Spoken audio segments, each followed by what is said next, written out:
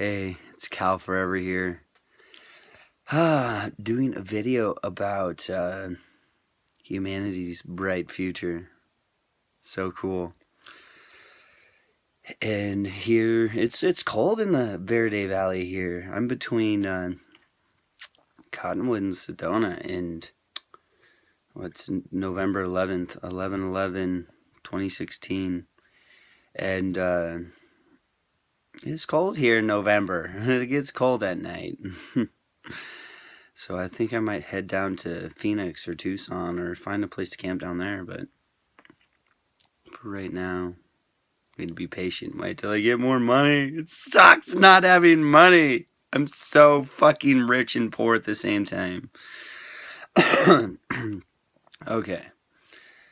So the New Earth, or I don't like the name New Earth. I don't know why. I don't like the name. Humanity's bright future is really bright. So there's this new heart-centered consciousness. Some people have called it the dream time, but it's dream time was the old energy, or dream time was the ancient, because I'm calling the old energy this like really white man, masculine, overpowering, and domination, and of the brain, and logical, and thinking. That's what I'm calling the old energy. But the ancient energy is of the heart. Heart's really ancient. But we've gone through this shift and this change the past 13,000 years, where we've been in our brain learning all this stuff, all this air element stuff. And the Native Americans have held the earth stuff. The Africans, the heart, the water. And the Asians, the fire, the Kundalini, the Tumo, the dragon, you know, that kind of stuff, the good stuff. It's all good. And so the four elements come together, and this is like the time of the rainbow, and the fifth element is the element of spirit, the child that brings, the holy children that bring it together. And so people will be making this transition, and these kids that are coming into fruition and becoming adults now. And some of them are forerunners, and some of them are still coming. Some of them are still maybe in elementary school or going through high school. Are leading the people out of the old energy, the ones that are open and allowing themselves to be receptive to it, and everyone has this ability to be receptive to it, and everyone has this choice, and everyone's a master, and everyone has this ability to make this change and this transition, and all you have to do is just surrender and allow. That's all you have to do, is just allow, you know, and love everything, love every single thing that is around you, within you, your heart beating in your chest. Love that. Love your own heart. That's so easy. Don't focus on the politics and the bullshit and the old energy that's dying. Clearly, that system is dying. And so it makes me think of, well, what's this new system that's going to be in place? It's like, well, okay, the people or children or kids or whatever are going to be leading the people into this new energy, but will we really need leaders when everyone's governed by the love in their heart? We wouldn't even need politics. We wouldn't even need government. That's what anarchy is. But when most people think of anarchy, they think chaos. Anarchy is harmony. That's what true anarchy is. And don't quote me on definitions here, but my idea of anarchy is no need for government, which means harmony. So if everyone's governed by the love in their own heart, and everyone can feel everyone else around them, it's like, would you punch someone in the face if you could feel that? No. You know, like, there wouldn't be wars. There wouldn't be, people wouldn't steal anything. People that's so dumb. It's so dumb. So, from a heart-centered place, I'm sorry, I don't mean to I don't know why I said dumb. But words are just symbols and vibrations we utter that we project on. So when I say that, it doesn't necessarily mean what some people might hear or take in, because then they're projecting on someone else's projection. Or words that they just simply utter from their mouth, and that is vibration. But it's like we wouldn't even need a money system. If everyone's living in harmony with one another, like, you could just go into a grocery store and everyone would get what they needed and everyone would get what they wanted. And there would be this abundance and harmony, and no one would take more than they needed. No one would ever take more than they wanted. And everyone would live in harmony. We wouldn't even need a symbolic exchange system. We would just know that we wouldn't even have to worry or be concerned about any exchange like that. We would just be able to go into a store, get all the food we need because it's all supplied and everything's in harmony. Farmers, people putting it on the shelves, people being creative, all whatever things that our world has come to be as like job wise, it's just all perfect in alignment and harmony. We wouldn't even need to slide a card or exchange a piece of paper that grew on a tree.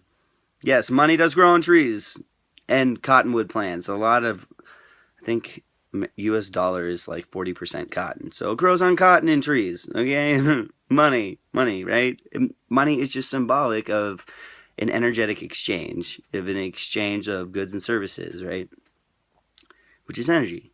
And why would we even need that symbol in that type of bookkeeping? It's bookkeeping. Why would we even need that when we know that everyone's governed by their own heart, everyone is living in harmony with one another, and everything is in abundance, in proper abundance and alignment and harmony for that. And if any changes would occur, we would welcome them. And we would love those changes and go along with those changes. So, money's ridiculous. Money is money's symbolic for an exchange, and in that to have an exchange like that is a symbol that people aren't awake, aren't aware, aren't very evolved, and are not aware of their connection with one another. That's purely put in that way. And even technology, like there's a way where people are connected on a heart-centered level, and when your brain is plugged into your heart, you can literally have conversations with people from across the world and probably across the universe, probably anywhere in the universe. So this cell phone I'm talking to you through, the computer or whatever, is really outdated, and people get, oh, technology, yeah, that's not the sign of an advanced civilization. That's, if anything, it's probably more of a sign of a emerging advanced civilization. But all this technology is within us and is really really is a real thing. And there's so much evidence for this, and you see it in the animals. The animals are connected to it too. The animals are communication with the earth. If there's going to be an earthquake, you'll see animals move from a different spot or act crazy or do something different. It's like, how do natives people know how to connect with each other that have never met each other? It's like their hearts align themselves together.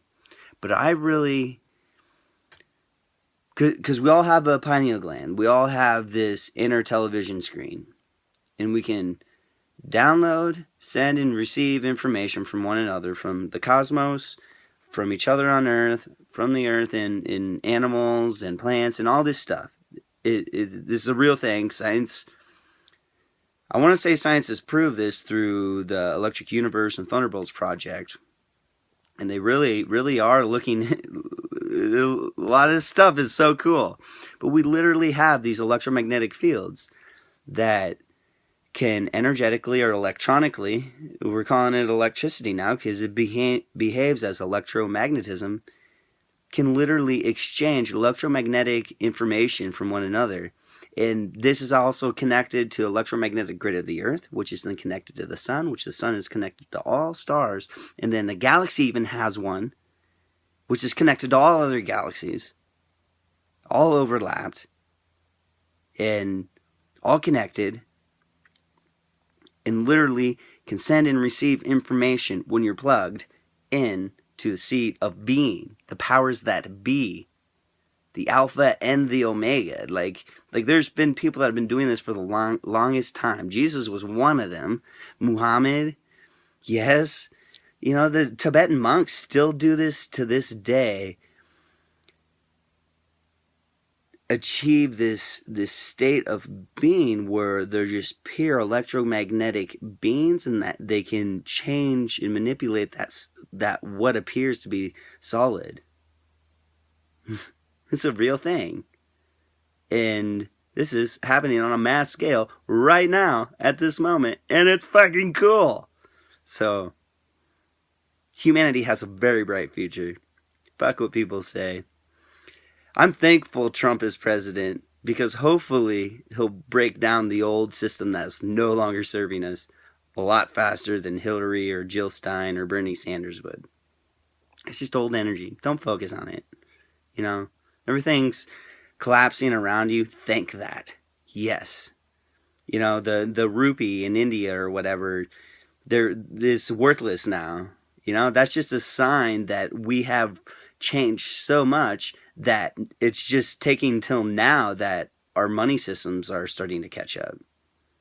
So global currency change, currency of the heart. That's where it's at. We don't need symbols. We can trust one another. You know, people are in the new energy. You can discern. You can discern and be like, you know what, that person. I can just read that person. That person's gonna try to take my money from me. You know, that's different than trust. That's called discernment.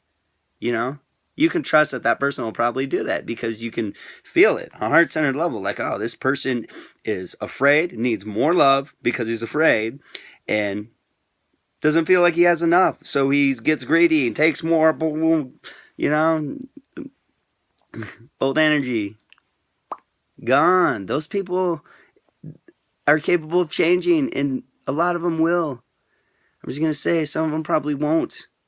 And that's okay, because they can reincarnate or they can go back to wherever they came from. They're probably not from Earth. And that's probably why they're like that, because they don't understand it. You know? Cal Forever here. Love you. This is kind of a cool rant video. And yeah. Hopefully I can make it to Tucson or Phoenix and get in the warmer desert. Hungry.